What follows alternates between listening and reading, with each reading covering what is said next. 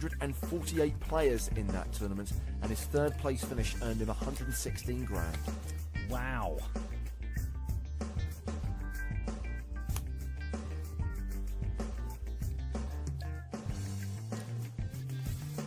Nine, 7 of hearts, Troinovsky. Play. 8-9 off for Shershikov, and that is a button race.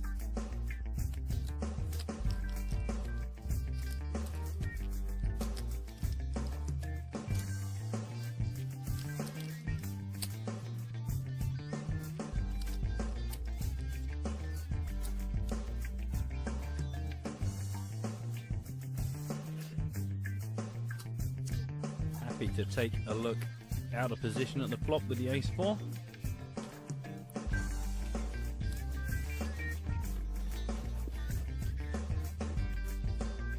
Ace, queen, jack, so top pair for Garvin.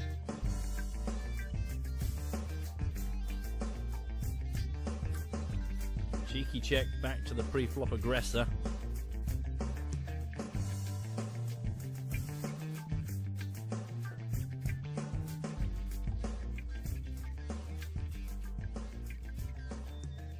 Shershikov with the gut shot.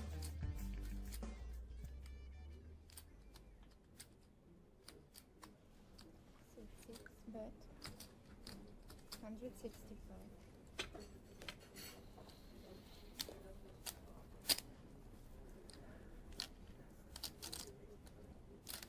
Now, I don't know whether Gavin plays this a bit harder now, gets a bit more aggressive, because we said this earlier on. There was a couple of hands when I was chatting with Joe, and Gavin played it in a very, like, just make a raise and take it down when you think you're ahead.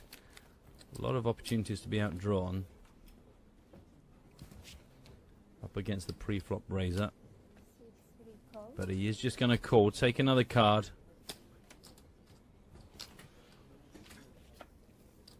The turn card is a deuce. Garvin now a 9-1 favourite.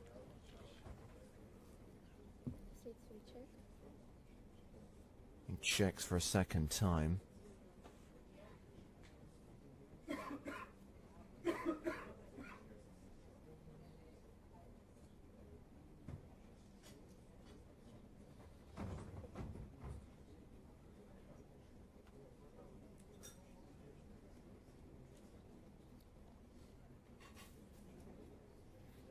Oh, Shershikov.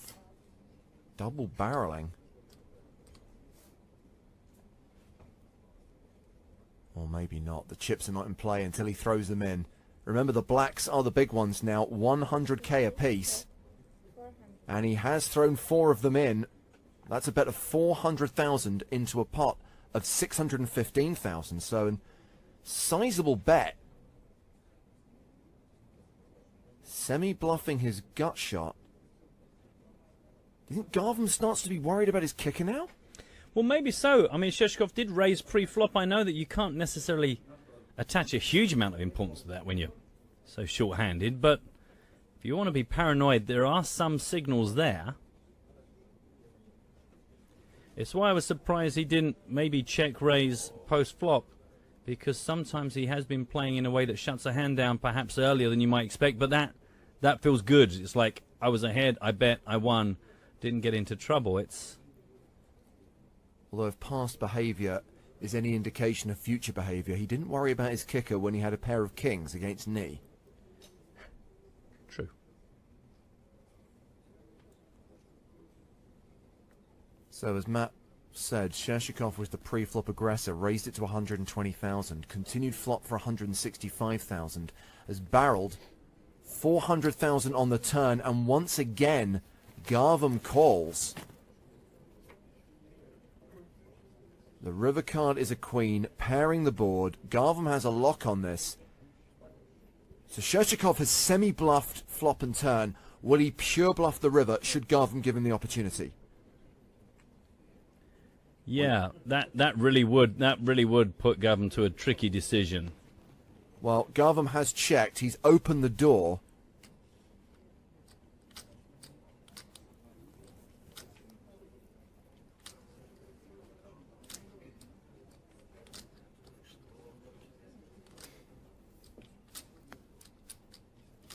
Again, the tricky thing here again is trying to put him in a range of what does he open with, what does he raise with pre-flop. Once you're down to four-handed, you know that it's so much wider.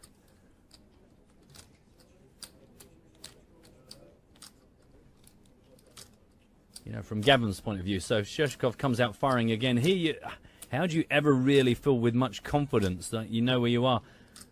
The board pairing obviously takes away the worries about the kicker because you now got aces and queens and you got the jack as backup. So by rights, you should feel more confident. But when your opponent keeps being so aggressive, if Sheshikov fires again here, he's not going to give up on this. No. And it's like a lot of the situations Nee got himself into. You've spent so much time and effort on this and money. That's $1 million. That's 2/3 pot. And it's pretty much half of Garvam's stack. It's a great move because look how strong Garvam's hand is, but how sick will you feel in this spot? Pre-flop raiser, you checked him and he bet again on the flop. You checked him and he bet again on the turn. You've checked him on the river, and here he is putting $1 million in there.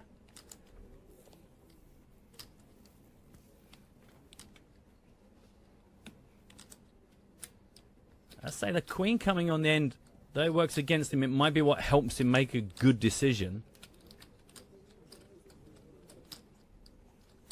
So this pot is worth 2.4 million. And that's more than the player who's second on the leaderboard has right now.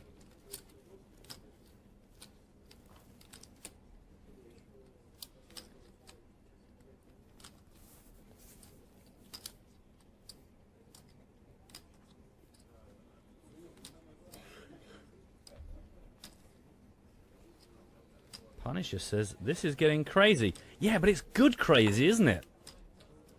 I think Garvam's in a really tough spot. Yeah.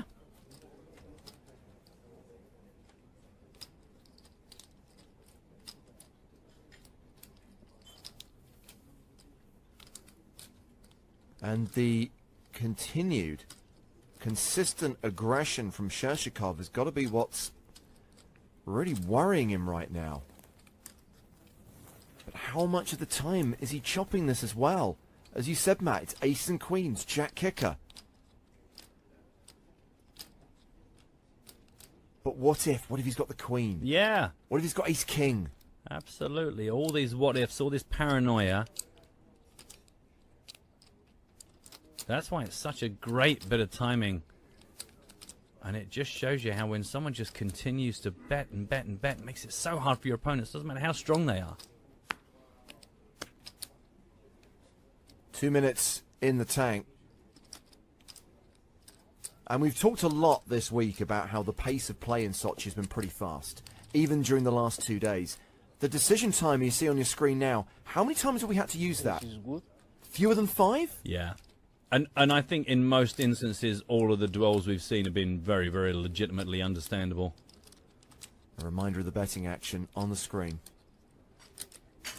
Yeah, Sheshikov, when you see him on the dealer button, you realize what a compelling story it is. Raise pre-flop, fired out on the turn, fired out. Sorry, fired out on the flop, fired out on the turn. Again on the river. Oh, he's let it go. He's folded it. He's shown the ace and he's letting it go.